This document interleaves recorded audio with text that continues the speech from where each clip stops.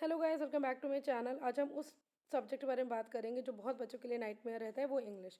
RRB में pre में English नहीं आती। मेंस में आपका ऑप्शन रहता है इंग्लिश और हिंदी का, लेकिन बैंक और बाकी इंश्योरेंस के पेपर में आपका इंग्लिश कंपलसरी है, प्री में भी और मेंस में भी। अब मैंने अनअकैडमी पे सिर्फ और सिर्फ निहारिका जॉन मेहरा मैम को इंग्लिश के लिए फॉलो किया था और मेरे बहुत अच्छे मार्क्स आए हैं सिर्फ और सिर्फ मैम की वजह से। आप भी ज़रूर इनके कोर्सेज़ को देखिए और मुझे पूरी उम्मीद है आपको भी मैम के क्लासेस समझ में आएंगी और आपको भी बहुत बेनिफिट मिलेगा। अब हम सबसे पहले बात करते हैं इंग्लिश में ग्रामर पे। बहुत बच्चों का क्वेश्चन आता है कि क्या हमें ग्रामर करना चाहिए कि नहीं करना चाहिए। तो मेरा ये सजेशन रहेगा कि आप ग्रामर को ज़रूर करें। आप एक बार ग्रामर के सारे टॉपिक जैसे एडजेक्टिव्स हुआ, noun, pronoun, subject of agreement को ज़रूर एक बार गो थ्रू करें, क्योंकि ये ग्रामर आपका आरसी, पीजे और एरर डिटेक्शन, मिसलेनियस और बाकी हर चीज़ में, कनेक्टर्स में आपका ये ग्रामर का कोर्स जब आप कर लेंगे तो बहुत ज़्यादा आपका काम आएगा। तो ग्रामर का कोर्स एक बार आप ज़रूर गो थ्रू होइए। आपको बेसिक इंग्लिश के पता होने चाहिए और आपको इंग्लिश का सिलेबस पता होना चाहिए कि एग्ज़ाम में किस पैटर्न पे आता है और क्या चीज़ें आती हैं। उसके बाद मैंने जो किया था, मैंने आरसी और पीजे को अपना एक स्ट्रॉन्ग पॉइंट बनाया था। इस दो टॉपिक्स को अधिकतर बच्चे छोड़ के आते हैं, बट मैंने इन्हीं को अपना प्री और मेंस दोनों के लिए एक स्ट्रॉन्ग पॉइंट बनाया था। अब मैंने आरसी को कैसे स्ट्रॉन्ग बनाया था? आरसी जब आप सॉल्व करते हैं तो जहाँ से पैरा स्टार्ट होता है और जहाँ तक एंड होता है, आप ये पूरा आरसी पढ़िए। उसके बाद आप क्वेश्चंस लगाइए। कभी भी आप डायरेक्ट क्वेश्चंस पे मत उतरिए। आप पहले पूरा आरसी पढ़िए, उसको पूरा समरी समझिए, फिर आप क्वेश्चंस पे जाइए और फिर आप देखेंगे कि आपको इजीली बहुत जल्दी आप आरसी को कर सकेंगे। मैंने आरसी के लिए यही किया है। अब हम आरसी में एक सेक्शन पे आते हैं। आरसी में 2-3 क्वेश्चंस होते हैं आपके वोकैब के। तो अब हम वोकैब कैसे स्ट्रॉन्ग करें, क्योंकि हमें बाकी सब्जेक्ट्स भी करने हैं, साथ ही साथ वोकैब भी करना है। मैंने मैम को ही फॉलो किया था वोकैब के लिए। मैम का यूट्यूब चैनल है द इंग्लिश वर्कबुक। मैंने इस चैनल से ही वोकैब की तैयारी की थी। मैम हर दिन द हिंदू के कुछ कुछ क्वेश्चंस, सॉरी, मैम हर दिन वोकैब के करवाती थी हम लोगों को। उनको हम लोगों को कॉपी में लिखते थे और फिर हम लोग एक सेंटेंस उससे बनाते थे और उसके बाद जाके ये वोकैब हम लोगों की स्ट्रांग होती है। आप भी ये कर सकते हैं। अगर आपको लिखना उतना नहीं अच्छा लगता है तो आप उसी वर्ड को बार बार गूगल में देखिए। जब आप बार बार एक ही वर्ड को देखेंगे, उससे ढेर सारे मीनिंग जो निकलते हैं वो देखेंगे, तो आपको वो वर्ड धीरे धीरे धीरे धीरे याद होने लगेगा। सबसे ज़्यादा इंपॉर्टेंट वोकैब में क्या होता है? रिवीजन। आप कितने भी वर्ड्स करें, क्वालिटी मैटर करती है, यहाँ क्वांटिटी नहीं। भले भी आप 5 वर्ड करें हर दिन, लेकिन उसका रिवीजन सबसे ज़्यादा मस्ट है। अब हम बात करते हैं पीजे के लिए। पीजे एक बहुत इंपॉर्टेंट रोल प्ले करता है प्री में। 5 मार्क्स का पीजे आता है और मेंस में भी पीजे आता है। अब ये होता है कि पीजे में दिक्कत क्या होती है कि हम कनेक्ट नहीं कर पाते हैं। हम वो थॉट प्रोसेस नहीं ला पाते हैं कि कैसे एक सेंटेंस से दूसरा सेंटेंस कनेक्ट हुआ। इसके लिए जब आप जो ग्रामर के कोर्सेज कर रहे हैं वो आपको बहुत हेल्पफुल आएंगे, वो आपकी बहुत मदद करेंगे इस चीज़ में।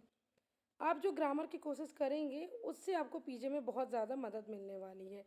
मैंने हर दिन 2 से 3 आरसी प्री की और 2 से 3 पीजे। हर दिन ये मेरा डेली का शेड्यूल था, मैं इसको ज़रूर करती थी।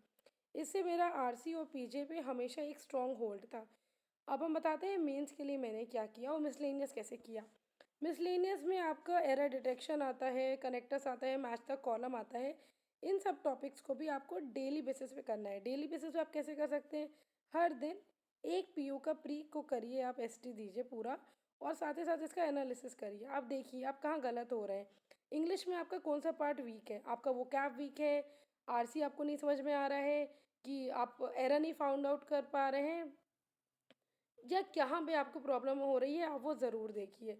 इस तरह से आप धीरे धीरे इस सेक्शन में इम्प्रूव कर सकते हैं। इंग्लिश एक थोड़ा ग्रेजुअल प्रोसेस होता है, क्योंकि आप इंग्लिश में तुरंत से एक्सपर्ट नहीं हो सकते हैं। इसमें भी सबसे ज़्यादा इम्पोर्टेंट रोल प्ले करता है आपकी एक्यूरेसी कैसी है। भले भी हम 30 में 30 करके आएँ, लेकिन हम कभी ये नहीं श्योर होते हैं कि क्या मेरे 30 में 30 सही है या 25 सही है, 26 सही है। तो मेरा ये मैटर है, आप सारे सब्जेक्ट्स में सिर्फ और सिर्फ अपनी एक्यूरेसी पे ज़्यादा ध्यान दीजिए। भले आप 15 करके आएँ, लेकिन आपको इतनी एक्यूरेसी होनी चाहिए कि 15 में आपका 15 सही हो। तो एक्यूरेसी एक बहुत बड़ा रोल प्ले करती है हर पेपर में। अब मेंस की बात अगर हम करते हैं, इसके मेंस में, इंग्लिश के मेंस में भी आरसी ही आरसी आती है। आरसी बहुत आती है, 2 से 3 ले लीजिए या 3 से 4 आरसी आपको मिलती हैं छोटी छोटी।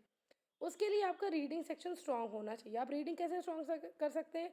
जब आप हर दिन डेली बेसिस पे 2 से 3 आरसी और 2 से 3 पीजे करेंगे, प्री और मेंस का दोनों का करिएगा आप ये, तो धीरे-धीरे आपके आरसी और पीजे अपने आप धीरे-धीरे स्ट्रॉन्ग होते रहेंगे। आपकी एक रीडिंग हैबिट बढ़ती रहेगी। आप आरसी को देख के उस चीज़ को समराइज़ करने ईज़िली कर लेंगे। तो ये बहुत ज़रूरी है अगर आप डेली प्रैक्टिस करते हैं। और सबसे बड़ी मिस्टेक जो एस्पिरेंट्स करते हैं वो ये करते हैं कि एक दिन में एक ही टॉपिक उठाए। जैसे मान लीजिए आरसी उठाए तो आज पूरा दिन आरसी कर रहे हैं, ये बहुत गलत है। आप कभी भी एक चीज़ को मत उठाइए। अगर आप आरसी और पीजे कर रहे हैं प्री और मेंस का, तो साथ ही साथ बाकी टॉपिक्स को भी करिए, मिसलेनियस भी करिए आप, एरर डिटेक्शन भी उसी दिन करिए। और ये आप कैसे कर सकते हैं सारे टॉपिक्स एक साथ? एसटी से। स्पीड टेस्ट एक बहुत ज़्यादा इम्पोर्टेंट रोल प्ले करता है हमारे तैयारी में। आप जितना ज़्यादा स्पीड टेस्ट देंगे उतना बेटर होगा। और जो बिगिनर्स होते हैं उनके लिए सबसे ज़्यादा ज़रूरी होता है कॉन्सेप्ट सीखना। कॉन्सेप्ट सीखने के बाद उसको अप्लाई करना। आप अपने बेसिक्स जितने अच्छे रखेंगे हर सब्जेक्ट के, उतना अच्छा आपके लिए वो सब्जेक्ट स्ट्रॉन्ग होगा। तो मैंने इंग्लिश के लिए यही सारी चीज़ें फ़ॉलो की थी। मैंने सिर्फ़ और सिर्फ़ निहारिका मैम को फ़ॉलो किया था। और आप जब भी किसी भी सब्जेक्ट के लिए किसी को भी फ़ॉलो करते हैं, हर सब्जेक्ट के लिए बस एक टीचर को फ़ॉलो करिए। चाहे मैथ्स हो, इंग्लिश हो, रीज़निंग हो, जीए हो। आप ये कर सकते हैं कि अगर आपको किसी टीचर का कुछ समझ नहीं आ रहा है तो आप दूसरा टीचर रेफ़र कर सकते हैं। लेकिन आप सिर्फ़ और सिर्फ़ एक ही टीचर के ऊपर पूरी तरीके से रिलाय करिए कि नहीं, जो ये सर या जो ये मैम बता रहे हैं हम उन्हीं को फ़ॉलो करेंगे। 50 टीचर को अगर आप फ़ॉलो करेंगे तो आपको उतनी कन्फ्यूज़न होगी कि क्योंकि हर टीचर का मेथड अलग-अलग होता है हर चीज़ों को समझाने का। तो आप कभी भी फ़ॉलो करिए, एक ही टीचर को पूरे अच्छे तरीके से करिए। और मुझे पूरी उम्मीद है कि आप भी जल्दी सिलेक्शन ले लें। और अगर आपको कोई डाउट्स होते हैं तो कमेंट सेक्शन में ज़रूर करिए और हम उसको ज़रूर सॉल्व करने की कोशिश करेंगे। Thank you.